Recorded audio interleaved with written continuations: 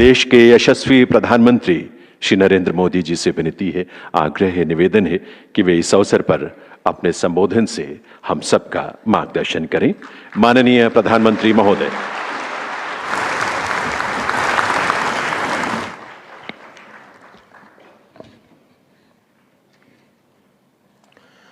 नमो बुद्धाय।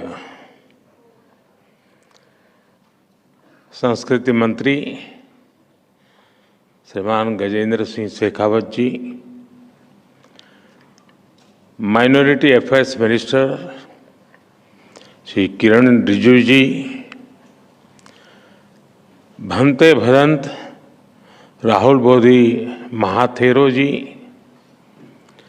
Venerable चांगचूप छौदेन जी, महासंघ के सभी गणमान्य सदस्य, एक्सेलेंसीज, डिप्लोमेटिक कम्युनिटी के सदस्य, बुद्धिस्ट स्कॉलर्स, धम्म के अनुयायी, देवी और सज्जनों, आज एक बार फिर मुझे अंतर्राष्ट्रीय अभिधम्म दिवस के कार्यक्रम में शामिल होने का सौभाग्य मिला है। अभिधम्म दिवस हमें याद दिलाता है कि करुणा और सद्भावना से ही हम दुनिया को और बेहतर बना सकते हैं। इससे पहले 2021 में कुशीनगर में ऐसा ही आयोजन हुआ था। वहां उस आयोजन में भी मुझे शामिल होने का सौभाग्य मिला था और ये मेरा सौभाग्य है कि भगवान बुद्ध के साथ जुड़ाव की जो यात्रा मेरे जन्म के साथ ही शुरू हुई है, वो अनवरत जारी है। मेरा जन्म गुजरात के उस वडनगर में हुआ जो एक समय बौद्ध धर्म का महान केंद्र हुआ करता था। उन्हीं प्रेरणाओं को जीते जीते मुझे बुद्ध के धम्म और शिक्षाओं के प्रसार के इतने सारे अनुभव मिल रहे हैं। पिछले 10 वर्षों में भारत के ऐतिहासिक बौद्ध तीर्थस्थानों से लेकर दुनिया के अलग अलग देशों तक, नेपाल में भगवान बुद्ध की जन्मस्थली के दर्शन, मंगोलिया में उनकी प्रतिमा के अनावरण से लेकर श्रीलंका में वैशाख समारोह तक, मुझे कितने ही पवित्र आयोजनों में शामिल होने का अवसर मिला है। मैं मानता हूं संघ और साधकों का ये संग, ये भगवान बुद्ध की कृपा का ही परिणाम है। मैं आज अभिधम्म दिवस के इस अवसर पर भी आप सभी को और भगवान बुद्ध के सभी अनुयायियों को अनेक अनेक शुभकामनाएं देता हूं। आज शरद पूर्णिमा का पवित्र पर्व भी है। आज ही भारतीय चेतना के महान ऋषि वाल्मीकि जी की जन्म जयंती भी है। मैं समस्त देशवासियों को शरद पूर्णिमा और वाल्मीकि जयंती की भी बधाई देता हूं। आदरणीय साथियों, इस वर्ष अभिधम्म दिवस के आयोजन के एक साथ एक ऐतिहासिक उपलब्धि भी जुड़ी है। भगवान बुद्ध के अभिधम्म, उनकी वाणी, उनकी शिक्षाएं जिस पाली भाषा में ये विरासत विश्व को मिली है, इसी महीने भारत सरकार ने उसे क्लासिकल लैंग्वेज, शास्त्रीय भाषा का दर्जा दिया है। और इसलिए आज ये अवसर और भी खास हो जाता है। पाली भाषा को क्लासिकल लैंग्वेज का ये दर्जा, शास्त्रीय भाषा का ये दर्जा, पाली भाषा का ये सम्मान भगवान बुद्ध की महान विरासत का सम्मान है। आप सभी जानते हैं, अभिधम्म धम्म के निहित है। धम्म को, उसके मूल भाव को समझने के लिए पाली भाषा का ज्ञान आवश्यक है। धम्म यानी बुद्ध के संदेश, बुद्ध के सिद्धांत। धम्म यानी मानव के अस्तित्व से जुड़े सवालों का समाधान। धम्म यानी मानव मात्र के लिए शांति का मार्ग। धम्म यानी बुद्ध की सर्वकालिक शिक्षाएं।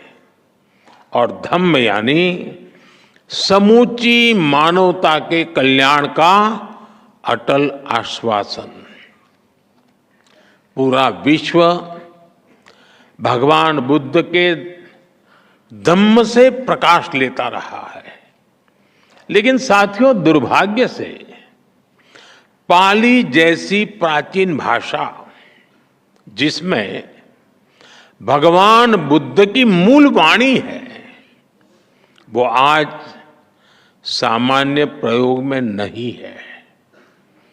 भाषा केवल संवाद का माध्यम भर नहीं होती।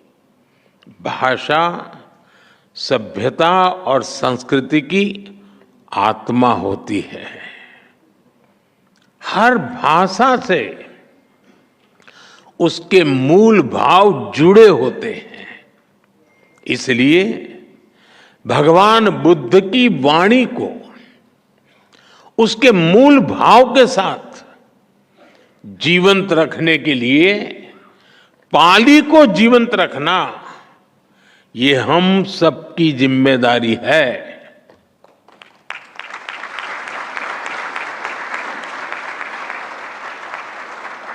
मुझे खुशी है कि हमारी सरकार ने बड़ी नम्रता पूर्वक ये जिम्मेदारी निभाई है।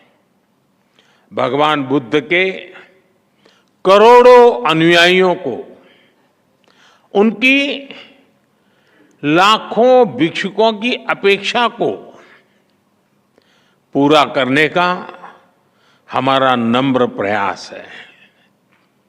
मैं इस महत्वपूर्ण निर्णय के लिए भी आप सबको बहुत बहुत बधाई देता हूं।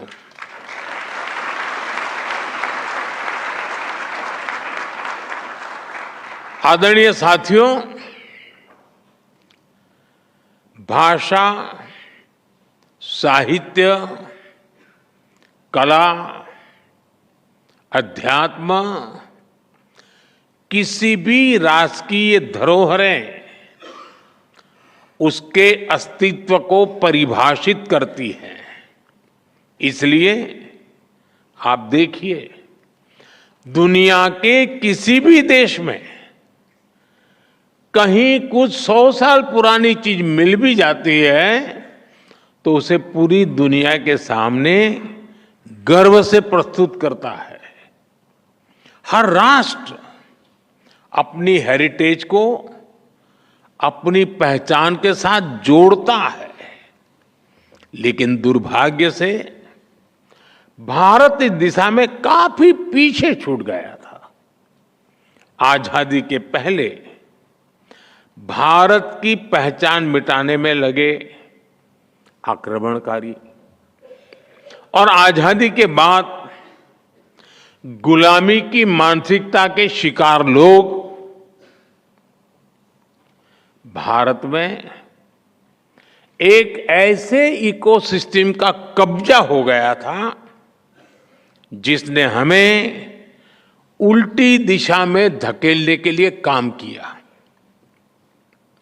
जो बुद्ध भारत की आत्मा में बसे हैं, आजादी के समय बुद्ध के जिन प्रतीकों को भारत के प्रतीक चिन्हों के तौर पर अंगीकार किया गया, बाद के दशकों में उन्हीं बुद्ध को भूलते चले गए।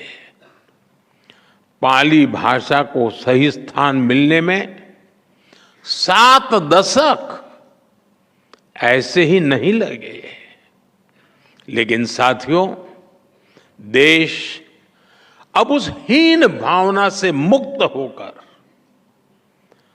आत्मसम्मान, आत्मविश्वास, आत्मगौरव के साथ आगे बढ़ रहा है।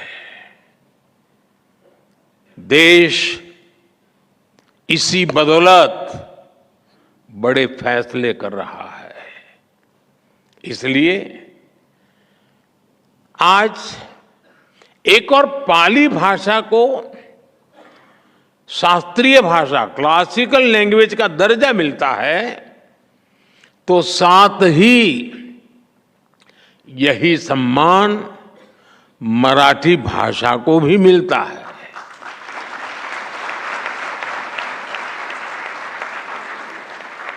और देखिए कितना बड़ा सुभग संयोग है कि बाबा साहब आम्बेडकर से भी ये सुखद रूप से जुड़ जाता है। बौद्ध धर्म के महान अनुयायी हमारे बाबा साहब आम्बेडकर, पाली में उनकी धम्म दीक्षा हुई थी और वो स्वयं उनकी मातृभाषा मराठी थी। इसी तरह हमने बांग्ला, असमिया और प्राकृत भाषा को भी शास्त्रीय भाषा, क्लासिकल लैंग्वेज का दर्जा दिया है।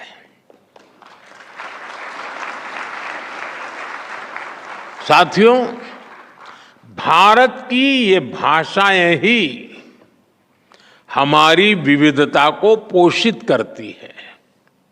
अतीत में हमारी हर भाषा ने राष्ट्र निर्माण में अहम भूमिका निभाई है। आज देश ने जो नई राष्ट्रीय शिक्षा नीति अपनाई है, वो भी इन भाषाओं के संरक्षण का माध्यम बन रही है। देश के युवाओं को जब से मातृभाषा में पढ़ाई का विकल्प मिला है, मातृभाषाएं और ज्यादा मजबूत हो रही है। साथियों, हमने अपने संकल्पों को पूरा करने के लिए लाल किले से पंच प्राण का विजन देश के सामने रखा है। पंच प्राण यानी विकसित भारत का निर्माण, गुलामी की मानसिकता से मुक्ति, देश की एकता, कर्तव्यों का पालन और अपनी विरासत पर गर्व। इसलिए आज भारत तेज विकास और समृद्ध विरासत के दोनों संकल्पों को एक साथ सिद्ध करने में जुटा हुआ है। भगवान बुद्ध से जुड़ी विरासत का संरक्षण इस अभियान की प्राथमिकता है। आप देखिए, हम भारत और नेपाल में भगवान बुद्ध से जुड़े स्थानों को बुद्ध सर्किट के रूप में विकसित कर रहे हैं।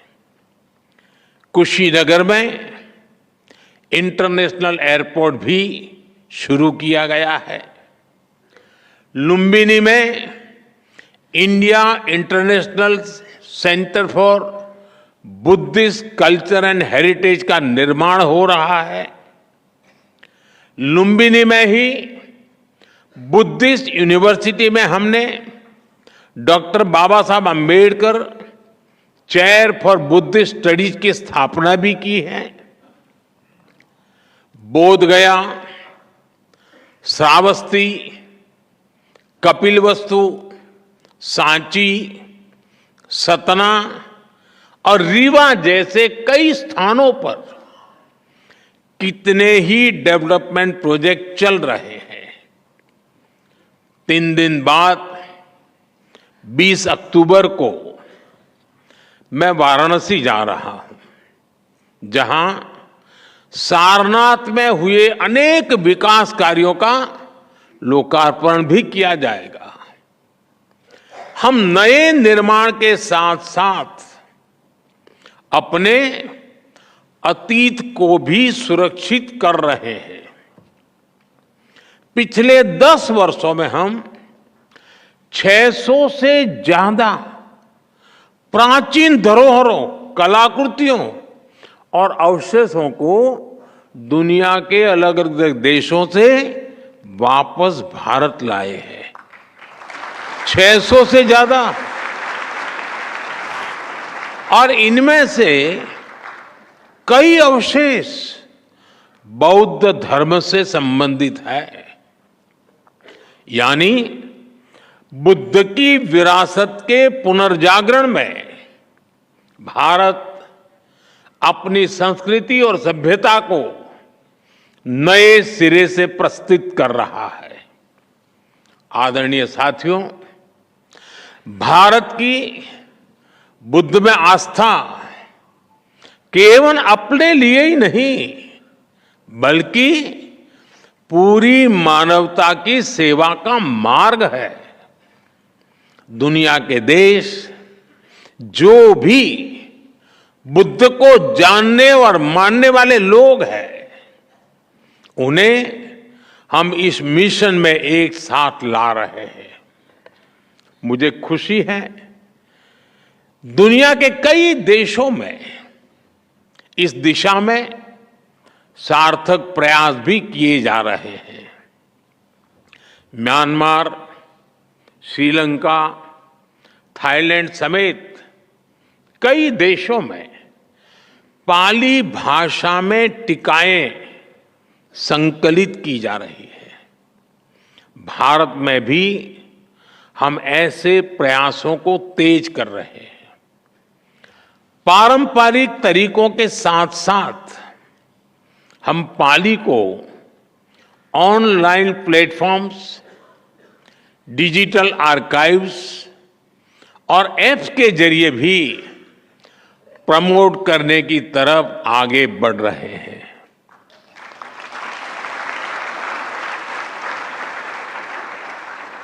भगवान बुद्ध को लेकर मैंने पहले भी कहा है, बुद्ध बोध भी है और बुद्ध शोध भी है। इसलिए हम भगवान बुद्ध को जानने के लिए आंतरिक और एकेडमिक दोनों तरह की रिसर्च पर जोर दे रहे हैं। और मुझे खुशी है कि इसमें हमारे संघ, हमारे बौद्ध संस्थान, हमारे भिक्षुगण इस दिशा में युवाओं का मार्गदर्शन कर रहे हैं। आदरणीय साथियों, 21वीं सदी का ये समय आज विश्व की जियो पॉलिटिकल परिस्थिति आज एक बार फिर विश्व कई अस्थिरताओं और आशंकाओं से घिरा है। ऐसे में बुद्ध न केवल प्रासंगिक है बल्कि अपरिहार्य भी बन चुके हैं।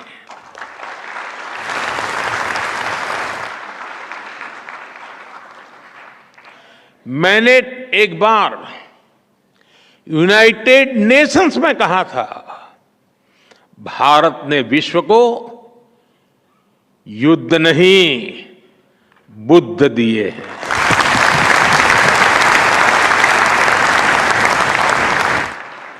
और आज मैं बड़े विश्वास से कहता हूं, पूरे विश्व को युद्ध में नहीं बुद्ध में ही समाधान मिलेंगे।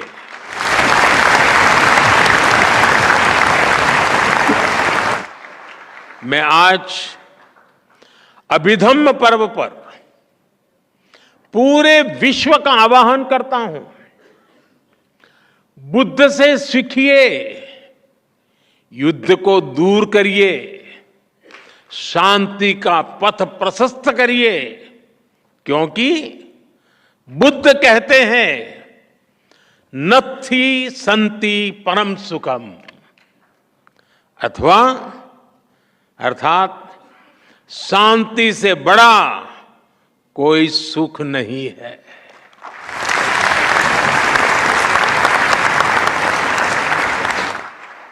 भगवान बुद्ध कहते हैं नहीं वैरेन वैरानी सम्मंतिद कुदाचनम अवैरेन च सम्मंति एस धम्मो सनंततो। वैर से वैर, दुश्मनी से दुश्मनी शांत नहीं होती। वैर अवैर से, मानवीय उदारता से खत्म होता है।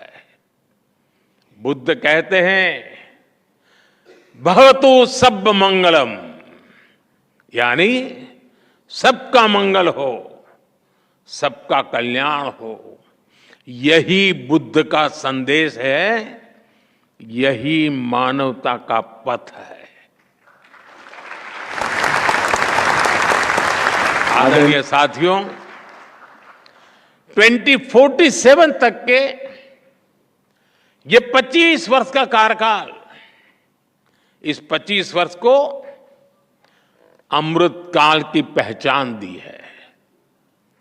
अमृत काल का ये समय भारत के उत्कर्ष का होगा। ये विकसित भारत के निर्माण का कालखंड होगा।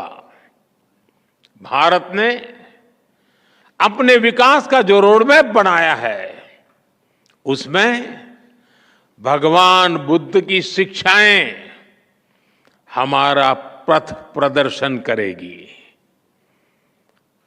ये बुद्ध की धरती पर ही संभव है कि आज दुनिया की सबसे बड़ी आबादी संसाधनों के उपयोग को लेकर सजग है। आप देखिए, आज क्लाइमेट चेंज के रूप में इतना बड़ा संकट दुनिया के सामने है। भारत इन चुनौतियों के लिए न केवल खुद समाधान तलाश रहा है, बल्कि उन्हें विश्व के साथ साझा भी कर रहा है। हमने दुनिया के कई देशों को साथ जोड़कर मिशन लाइफ शुरू किया है। भगवान बुद्ध कहते थे अत्तानमेव पठमन पति रूपे निवेशये, अर्थात हमें किसी भी अच्छाई की शुरुआत स्वयं से करनी चाहिए। बुद्ध की यही शिक्षा मिशन लाइफ के केंद्र में है, यानी सस्टेनेबल फ्यूचर का रास्ता हर व्यक्ति की सस्टेनेबल लाइफस्टाइल से निकलेगा। भारत ने जब दुनिया को इंटरनेशनल सोलर अलायंस जैसा मंच दिया, भारत ने जब G20 की अपनी अध्यक्षता में ग्लोबल बायोफ्यूल अलायंस का गठन किया, भारत ने जब one sun one world one grid का विजन दिया, तो उसमें बुद्ध के विचारों का ही प्रतिबिंब दिखता है। हमारा हर प्रयास दुनिया के लिए सस्टेनेबल फ्यूचर को सुनिश्चित कर रहा है। India, middle east, Europe economic corridor हो, हमारा ग्रीन हाइड्रोजन मिशन हो, भारतीय रेलवे को 2030 तक नेट जीरो करने का लक्ष्य हो, पेट्रोल में इथेनॉल ब्लेंडिंग को बढ़ाकर 20% तक करना हो, ऐसे कई तरीकों से हम इस धरती की रक्षा का अपना मजबूत इरादा दिखा रहे हैं, जता रहे हैं। साथियों, हमारी सरकार के कितने ही निर्णय बुद्ध, धम्म और संघ से प्रेरित रहे हैं। आज दुनिया में जहां भी संकट की स्थिति होती है, वहां भारत फर्स्ट रिस्पॉन्डर के रूप में मौजूद रहता है।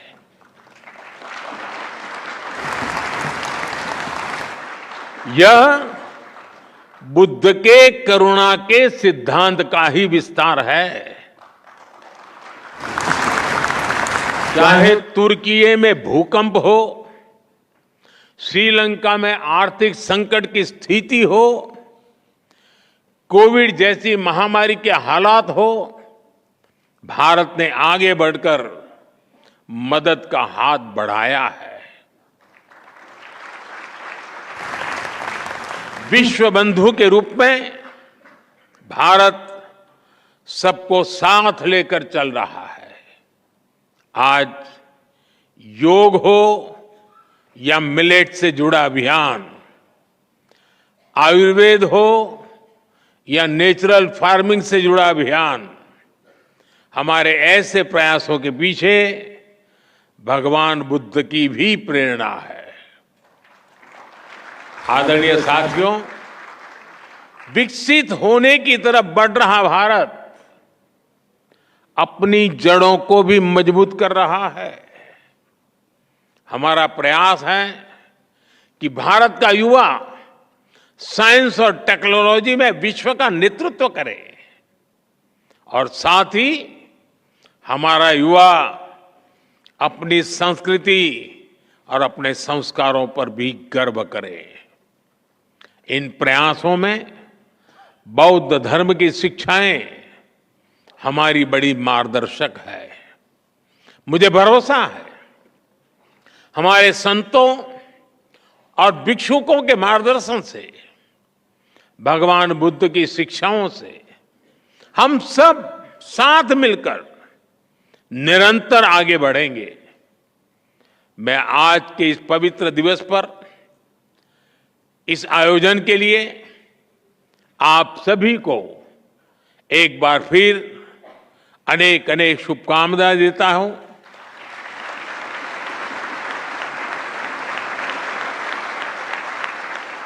और पाली भाषा शास्त्रीय भाषा बनने के गौरव के साथ साथ उस भाषा के संरक्षण संवर्धन के लिए हम सबकी एक सामूहिक जिम्मेवारी भी बनता है। उस संकल्प को हम लें, उसे पूरा करने का प्रयास करें। यही अपेक्षाओं के साथ मैं फिर एक बार आप सबका बहुत बहुत धन्यवाद करता हूं। नमो बुद्धाय।